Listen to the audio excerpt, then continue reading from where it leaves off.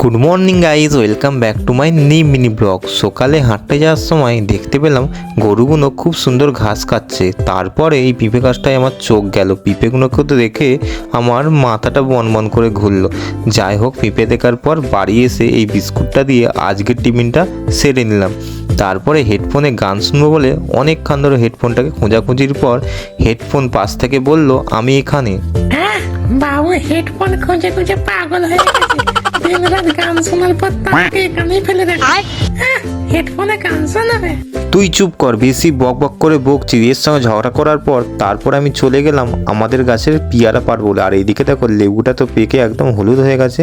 আর এই পিয়ারাটাকে দেখে তো আমার খুব ইচ্ছে হলো পাড়ার জন্য, কিন্তু এই পিয়ারাগুলো তো খুব সুন্দর পেকে গেছে একদম। এই পেয়ারাটাকেই পেরে নিই।